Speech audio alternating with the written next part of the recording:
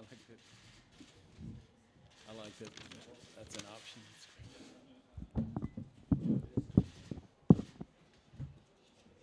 Richard, there's a headphone to in case somebody asks in chat, but I can translate it also. But maybe it's better. There's a Someone else would translate. Yeah.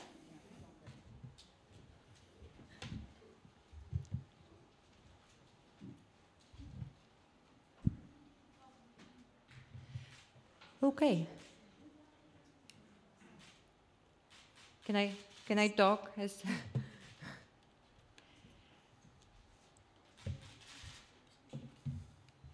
Oh, just water. Flat. So, okay, as you guys it's early. kind of get some water, I'll just welcome you here, ladies and gentlemen. Welcome at the press conference of the second day of the 53rd International Film Festival, Karlovy Vary, with the American writer, actor, producer, director, and most importantly in this case, the founder of the Austin Film Society, the Oscar nominee for Boyhood, Richard Linklater. Welcome. Oh, thank you. I mean, you know, I'm sure all of you know his movies. Some of them we have seen at this festival, of course. We have seen Boyhood. We have seen the trilogy, Before Sunrise, Before Sunset, Before Midnight, and many other. We have seen The Last Flag this year in the Czech movie theaters. There's a new movie coming up next year, which I'm sure Mr. Linklater is going to talk about. Let me just say a few words about the importance of the Austin Film Society, founded in 1985. Maybe one important information, the society has awarded over $2 million to Almost two, yeah. in filmmaker grants that have supported the production of hundreds of Texas films. Some of the filmmakers from this region had already been to this festival as well, like David Lowery last year and a few years ago as well, the Zellner brothers, etc. Today at 11:30, as I'm sure you all know, Richard Linklater also presented the landmark movie of the Austin Film Society, kind of the movie of the Austin Society, The Slacker, which I'm sure is also going to be part of your question, which has become kind of the cult and the movie of the Generation X. So I think that's all the important information. The press conference will take, I was told, about 35 minutes. So welcome again, and the floor is open to your questions. Okay, the gentleman at the beginning. There's a first row. Oh, great. If you could tell us a little bit about what it is with Austin. I mean, is it something in the water that they supply all this creativity? And could you also maybe just tell us a little bit about the Where'd You Go, Bernadette with Kate Blanchett, which I believe is coming out in October. Mm-hmm. Thank you. Well, your first question about Austin, what is it? I don't know. If you live in the south of the U.S. And you grow up in some small town where it's the kind of a place you escape to get out of where you live. It's has a big college, big music. When I moved there, it was primarily a music scene. Willie Nelson lives there. You know, like it's just a cultural oasis, I guess. And so it's always had a good culture. In a pretty conservative state, it's a very liberal, crazy town. So, but there are these scattered around the U.S. So I always said I moved there because I couldn't afford to move to Los Angeles or New York, and I just kind of liked it and stayed. And you know, we built a film culture. I was envious of the music culture, but we kind of built our own film culture amongst this really unique population. And yeah, it's become a very large city now. Very different than the movie I just showed this morning, Slacker. It was a smaller town then with nothing going on. they even give tours of Slacker. They're now, with these abandoned buildings, they're now huge skyscrapers. And, you know, just because of everything in the world, tech, money, and, you know, it's now the 11th largest city in the United States, and getting bigger too. So it's on its way to being even more of a major city. We have direct flights to London, which I'm not going to complain about. I got here a lot easier, you know, it's like. And Where'd You Go, Bernadette? Sorry. Oh, yeah, the new film. I'm in post-production on Where'd You Go, Bernadette? We shot it last fall, mostly. Kate Blanchett, Kristen Wiig. I'm really happy with it. But it won't be out until next year. It's not coming out this fall. It's coming out like early next year, 19. So, you know, filmmakers don't have any control of when your films come out. You can make your film, but it's their world of distribution and all that. So. The lady at the very back. Yeah, go ahead. Áno.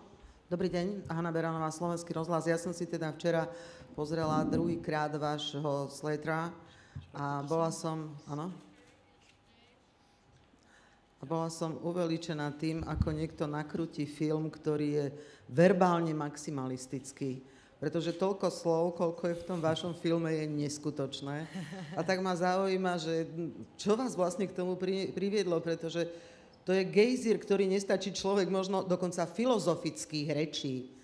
Takže to ma zaujíma. A potom prípadne, keby ste sa mohli predsa len vrátiť k vášmu skvelému filmu Chlapčenstvo, ktorý vás stal asi kus života. Ďakujem.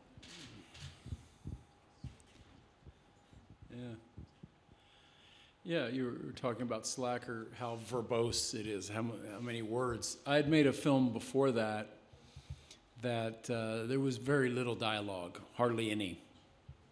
Characters, but primarily a visual experience. I was kind of finding my voice, and I thought, well, in this movie, what if all these kind of lonely, isolated, alienated people suddenly started talking? And so I wrote a monologue. I had been in acting classes for years, and in acting class you perform a lot of monologues. So I was just kind of used to the monologue format. And so the movie, I just kind of realized somewhere along the way it was these kind of one person doing all the talking and one doing the listening. There wasn't a lot of exchange. And that appealed to me on a couple levels. So yeah, it was very verbose, but that set a tone. I think a lot of my films, Ethan Hawke makes a joke. Rick's films are very, when you look at the scripts, most films are this way. They're descriptions, action, and then a little bit of dialogue. And then I said my films are just, the dialogue's narrower in a script. It's just pages of this. And in fact, they are. So I've always liked dialogue, human communication. I'm kind of quiet, actually. I don't sit around and talk a whole lot. I'd rather be reading. You know, I don't like to hear myself speak. I'm used to it, but it's awkward, you know. So, but I always thought it was fun. The aesthetics of human communication, people trying to talk in itself, I thought was cinematic. In film school, they teach you films don't talk about things, show things. But I never liked those rules. I thought talking about things could be, in a way, more evocative than showing things. There's a certain literalness to showing things, where if you evoke something, it's more your own imagination is often better than the reality. So, if you can evoke something, that could be more interesting in a way. And then you asked about Boyhood. What was it specifically? Like, obviously, it took 12 years to make, but it was kind of this independent side project we were doing. It wasn't like, I didn't feel like I was making an epic. I knew I was making a time experiment, but it was just this little, we'd shoot about 3 days a year on no money. It felt a lot like a super low budget independent film, but it built up. I knew you know, more than halfway through, I knew it was working the way I wanted it to, and it would have this kind of cumulative effect that I thought would be interesting to watch in one sitting, to see. I hadn't seen that before. Characters subtly aging and changing over time. So it was just another cinematic experiment that people seem to relate to, you know, just, it's so common, which is everybody grows up, everybody has relatives, everybody goes to school, you know, it was so, they're so ordinary. The name of the film could have been Ordinary People, but Robert Redford had that from a long time ago. So, you know, and yet I thought it would be powerful, you know.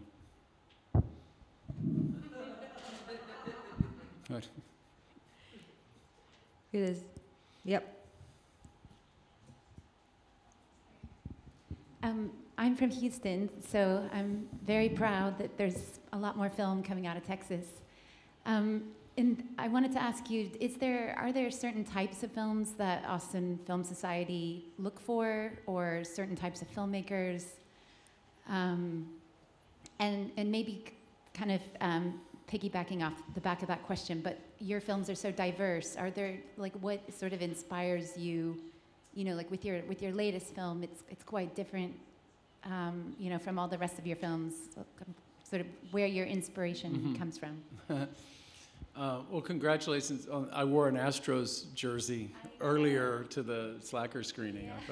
I said there's 3 people in the audience that will appreciate this. In baseball, a sport you guys hate, don't even not care about, actively hate, it is our team from Texas, Houston. I grew up in Houston, won the World Series last year, so it ain't the World Cup, but it's for us, it's something. Yeah. But for the Austin Film Society, we're just trying to support anyone who's expressing themselves, anyone who's trying to make cinema that means something to them personally. You know, there's no definitions. You know, it can be anything. So I think just anyone who's passionate about what they're doing and has some ideas, or, you know, independent film is anything. You know, some filmmakers go on. I think some people are just blessed with a kind of a commercial sensibility, and they make films, and then they go on, and Hollywood has use for them. Other people, you know, not so much. You know, one's not better than the other. But I think people who love films love all kinds of films. So we're in that category. We'll have a horror film series. We'll have a director retrospective. We'll show all kinds of crazy stuff. So we just want to support anybody who loves cinema and crazy ideas from everywhere. Sounds good to us. And what was the last? Oh, the sort of the inspiration, because your films are so, you know, diverse. Oh, yeah. And you know what, you know, even with your latest film. You know, that's the one thing you never have to ask yourself is what's my inspiration? Yeah. You know, you just follow your instincts. Whatever you're interested in. You know, there's a million stories in the world. All of us encounter stories all day long. Humans we're narrative animals. We find stories everywhere. If something doesn't make sense, we make up a story about it. That's what myths are. You know, we're trying to make sense of the world. So usually something that would be worthy of a film would be something I'm trying to find an answer to, or some kind of exploration.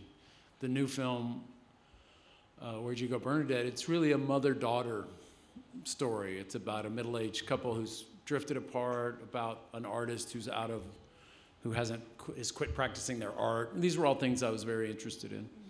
So on the surface, you look at a film and the filmmaker said, wait, what are you doing? You know, why do you get out of bed in the morning to make this particular film? I ask this of my friends. I don't know how they do. You know, they're making some... But then you get to talking to them, and it's like, oh yeah, they're very interested in this element. And so it's hard to judge others' inspiration, but let's just be glad others have inspiration in this world, in whatever form, you know. Wait, there's a gentleman right there? Yep. Hello, I'm Max, a film journalist from Berlin. Important place for you, I guess. Yeah. Hope to see you around. And the topic inspiration, you always seem to have a kind of European like approach of storytelling, more European sometimes than American. Maybe you can talk a little bit about your inspirations from European filmmakers or European cinema. Thank you. I always get that in Europe. It's like, we didn't know an American could make a film like this. Like, what does that mean? I take it as a bit of a compliment, but you know, we all watch the same films. You know, we're all inspired by the same people. You know, so well, you know, all the French New Wave and the New German cinema of the 70s, and, you know, I could just go on. You know, if you love cinema, you love it all. You study national cinemas and movements and times in history, and, you know, I'm a cineast, so I come out of that school, and I think it's just your ideas of cinema are a clash of everything you are inspired by and your own personality or how it works for you. So you don't really think about it too much, but I guess I just thought storytelling ideas, yeah, they seem a little more, you know, they're these cliches. I was just at a screenwriting workshop in Greece with a lot of international, there were filmmakers from all over the world, and they fell into this little cliche. It was like the American storytelling versus European storytelling. And I was like, what does that even mean? But I saw what it meant from young filmmakers from, say, Italy or Greece. You know, they were like, Americans, they get to the point quicker and they tell the story and they, you know, I was like, I don't that much. So sometimes, you know, I don't know what it means. It's standing too far outside that to judge, but, you know, it's our job to try to see tendencies. And the truth is there's a ton of American film, just the way in the US, we don't see all films. They're not available. Most American independent films will never show outside of our borders. And that's where you get these films that don't seem very American. I'm lucky because some of my films have shown, but there's a lot of, always a huge diversity, and they don't always, aren't seen. There's a gentleman in the second row for some time. Okay. Hi, Paulo from Portugal, Metro International. I would like to ask you about the idea of independent cinema and if you think if it's the same that when you started out, of course it's different, we know, than the one that it's now.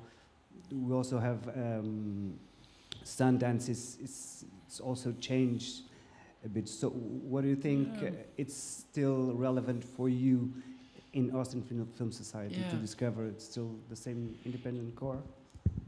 Like so many things in life, the core of it is exactly the same. You know, people wanting to express themselves, make their films, and, you know, from a personal place. So that's independent cinema. And then the world around that impulse changes enormously.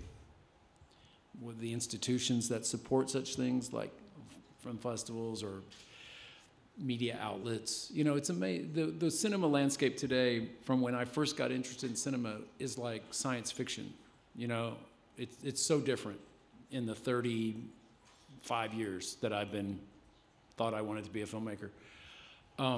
The idea that you could make a film, edit it on a little computer, and then post it online and people around the world could see it like that we take it for granted. That's the air we're breathing now, but it's a crazy notion for a filmmaker. So, I mean, because of that, I think it's the best time ever to communicate or to be in the media or be a filmmaker.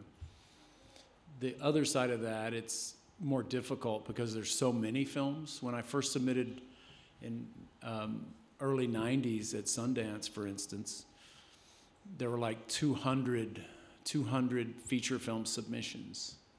Now there's like 10,000, you know, so it was such a big deal to make a film back then. Like the film I showed today, Slacker, to get the money in the film and the process. I mean, it was just a rare thing. Filmmakers could sit around for years staring into their coffee cups, complaining about they had all these great films, but the system wasn't letting them. It's good that everyone can make a film.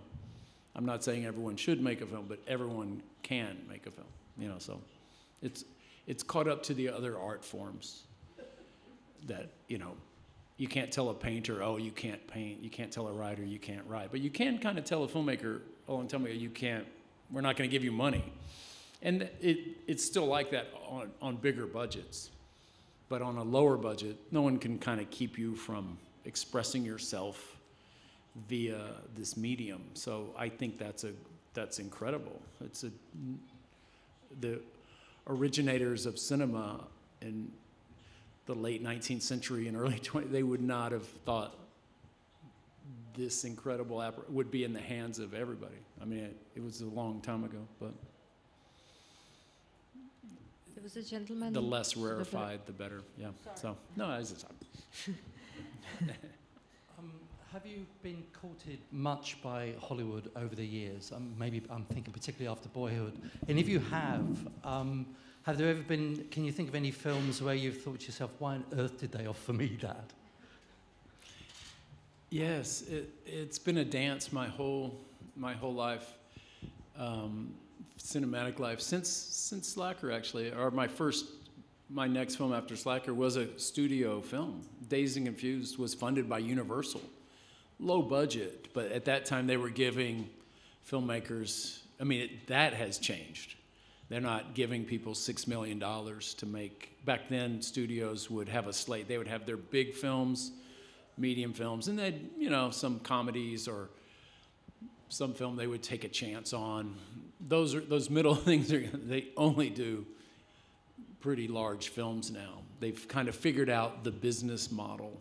I was the beneficiary of an era they were still they hadn't figured it out. So I got some films made in the system that I was very happy, personal films that I couldn't get made today. And I've made other things with them. It's timing. I've come aboard a couple studio comedies that I've had fun with, like School of Rock or something. That's, you make it personal, and you work very hard to try to, bring your own sensibility to a comedic landscape like that. I've always took that as a big challenge, but I had said no to that for years, so it's just changed so much. There's so many. Where'd You Go, Bernadette is a large film for me, but it was funded by an independent company, Megan Ellison's company, Anna Perna. She's doing interesting movies, so there's a lot of outlets now. The studios are just kind of abstract to me right now. They're all kind of, I think they know me well enough. Even after the success of something like Boyhood, they didn't come calling for my next film. They know me too well. So you haven't had any strange offers? Yes, I get strange offers all the time, but and some films go on to be very successful, big films. I just know, you look at it, like and a lot of actors and directors, they say, I got offered this. And a lot of you're not being offered it. They're just floating it out to see if you want to come in and talk about it. So yes, I've gotten, are you Harry Potter films or, whatever. And you look at it and you go, well, is there a place for me in that? I often do determine, well, they don't need a director like me. That's too set. So you look for your own creative place. And the times I've come aboard things, I felt like, oh, they need me to come in and really take this somewhere. Some things are, I think, like if you're doing a James Bond movie, so much of it's already set, a big action film. They might as well get the stunt coordinator to direct the film. There's not much difference. So it just depends. There's so many different movies and so many different, it's crazy. But it makes for an interesting life. But I turn down everything mostly. They quit asking. You hope they do your films, but they don't want to do those either. So it's just, it's good when you are making a film, though, to feel like you're getting away with something. Like, oh, they're letting me, they don't know that what I'm doing here, so.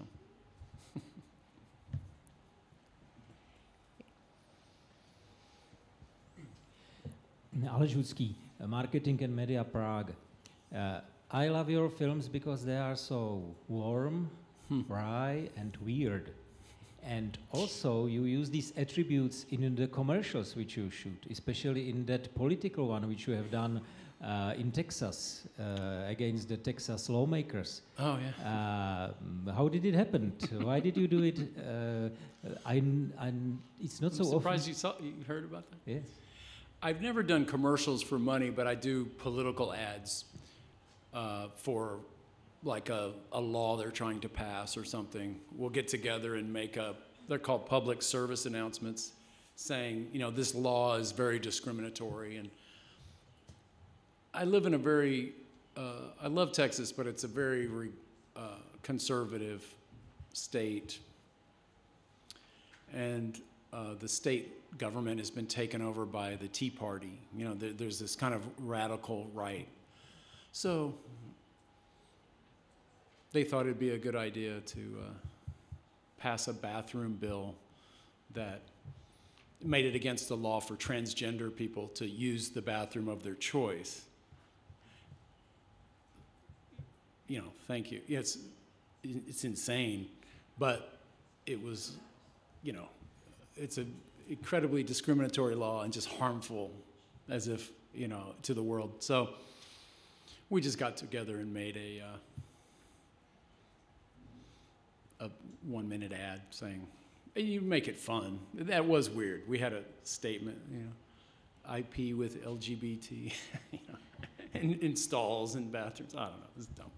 But I worked with a lot of transgender actors. And that's just one thing. I did some anti-Bush ads when he was president in 2004.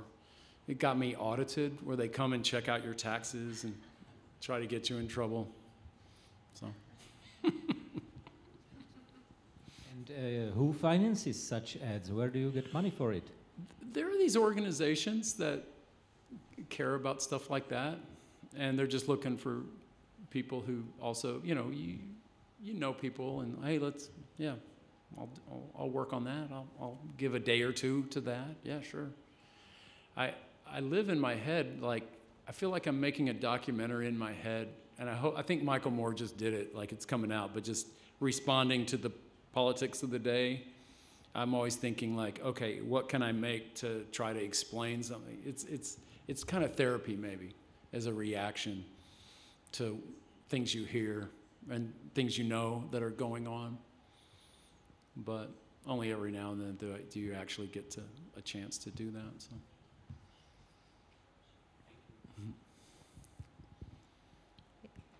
The lady at the back again. Spýtam sa vás takú hypotetickú otázku. Každý tvorca chce byť samozrejme originálny, aj keď mnohí plagiátori by možno chceli byť buď Picassom alebo Dostojevským. Keby sme sa preniesli trošku do minulosti, našli by ste taký film v dejinách kinematografie, pri ktorom by ste si tak... Sorry. No, teraz čo? Teraz to nezopakujem. Tak, dobre. I'm sorry. OK. Tak to skrátim. No proste našiel by sa v dejinách svetovej kinematografie taký film, pri ktorom by ste si povzdychli a povedali, Bože, prečo som to nenakrútil ja?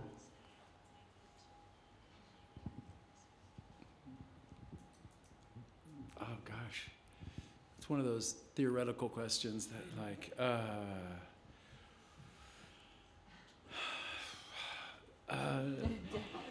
not really. No, I don't think that way. No, I always appreciate when you see some film that blows you away. I'm just so appreciative of it. I never think personally like that. And I make that film. But you do see films that are close to your sensibility, and you feel like, oh, I could have, you know, make something like that. Or I think when you're young and just starting out, it's important to see films that you go, oh, I could, you know, that's kind of something I could do. So it's all personal, you know, but yeah, it's kind of, why didn't I? I think do writers do that? They read a book and go, why didn't I write that book? Yeah, maybe. Do painters do that? Why didn't I paint that painting? I don't know. Just for those of you who haven't been at the opening of the Slacker at 11:30, I mean, the response to the opening ceremony was amazing, right? There were people applauding and almost like having a standing ovation. So I was wondering, have you seen the movie with them? Have you seen it with the audience today? Slacker? Yeah. Yeah. Did you stay for a while? I saw the very beginning of it, and it struck me because we're showing an old 35mm print. In this era at a festival now, everything you see will be perfect DCP with no scratches. I was immediately warm because we have a scratch down the side of the print. It's a little dusty. I was like, yeah, it's a good period. You're seeing it the way it should be seen, a scratchy print. So it felt very real. It definitely put you back in the period from what it was made. But I tried to encourage them to get with the spirit. I described it where I lived in Austin, that we had the state government, the university, and the state school, which is like for mental patients. And they were all on this one long road. So this is how I felt living there. I would encounter people who I couldn't tell if they were a professor or an outpatient at the mental facility. So I made a film about them. Yeah. Okay, there's a last question right here. The gentleman in the first row. It's the last question, so... It has to be the question, as I always say, right? Right, that's okay, no problem. No pressure. So. No, I was just wondering if there was any particular piece of advice that you would give to a young filmmaker starting out today. I'm sure you've given a lot of advice in your time. Yeah. Good question. I don't know. In some way, I mean, you know, I work with... I mean, through the Film Society, I think the world is so supportive and there's so much advice available. So I'm kind of in an anti-advice specific mode right now. I want to discourage people. Yeah, I'm like, don't do it. Don't make movies. Because the whole world's telling you, oh, you can do anything. You know, so it's like, it's a good test. If someone discourages you, if you get discouraged, well, they're doing you a favor. You know, if you respond to their discouragement. The world discourages us all in what we're trying to do in this world. So the test for the individual is to persist, to not hear that. I heard, you know, like you make a film, you get turned down at every film festival. No one supports you, and you just get used to it. You don't even hear that anymore. You just like, oh, but I know I'm on there. I mean, it's incredible the amount of belief and let's call it artistic delusion you have to live under to support yourself to get through these years. And it's a lesson to everybody. You know, I think people who want to build a consensus and you just have to kind of forge your path. And you know, I've been thinking for years, I know so many strong women in the world who come to directing movies later than they should. And I've really been analyzing this. And I'm like, why is it? Like, you're brilliant, you're smart, you have all these ideas. Why did you wait an extra 10 years to pursue? And it's kind of this, I think men are traditionally good at this fake it till you make it thing. And I think artists have to be able to do that. You just have to plant your flag and say, I'm a visual artist, or I'm a sculptor, or I'm a filmmaker, and then you just have to proceed. So I think politics and, you know, you build a consensus and other things. You don't build a consensus and need a lot of support from people in the arts. It's a kind of a very specific willful journey for the individual. And that doesn't mean you're not collaborating. Film, you're working with a lot of people, but you have to be really strong and single-minded. So you have to get that part of yourself that has to be, you have to be a little crazy, and that doesn't mean you have to be mean to people or, but you have to be really driven to get anything like that, to forge something into the world like that. So my advice to people is, just don't listen to any advice and just follow your impulses. The world will let you know at some point, but don't let anything, people you respect. I don't think you can't. That's why I didn't go to film school. I just didn't want anyone telling me. I rebelled against any authorities suggesting anything to me. But you learn from everybody. You listen very carefully. You learn from other people's mistakes. You read about careers, and I would sit intensely and just hear filmmakers' questions and answers, and you pick up everything. But you're just forging your own path. But no one piece of advice is going to make or break you. So I don't know. It's always interesting to see where you realize everyone comes from a different place and has been dealt a different hand in this world. So it's just how you play those cards and how you move through it. But yeah, you just gotta be your own best friend too. You gotta believe in yourself enough to not get, because it's discouraging. So you gotta not care. Gotta not give a fuck, really. So I guess that's my final advice. Don't give a fuck. All right, thank you. Are you enjoying the stay here? Yes, Are you having much. a good time here? Okay. Yeah, I'm so happy to be here. It's a beautiful town. I've always heard such great things about the festival, so I'm so happy to. And I'm kind of really perversely happy not to be here with a film of mine, but with the Film Society showing old films. It's no pressure on me. I'm just kind of hanging out. So because we were kind of waiting for you in the 90s, when the American independent movie movement started to be shown here. So it took a while for you to come. So it took me 30 years to get here. So hopefully, finally here retrospectively. But I'm so here. Hopefully, this is not your last time here. No, I wish to be back often. Okay. And I've always felt close to the Czech Republic. Where I live in Texas, so many people have Czech backgrounds. Right. I don't know if you know this, but there's a lot of, we call them Czech towns all over, particularly central Texas. And there's the Czech kolaches, right? The Czech kolaches. pastries. Yeah, a lot of food. So. Yeah. We don't eat it here anymore, Oh, really? Well, I won't tell them that. So. Okay, thank you very much. All right, thank you very much Bye-bye. for being here. Should I stand up?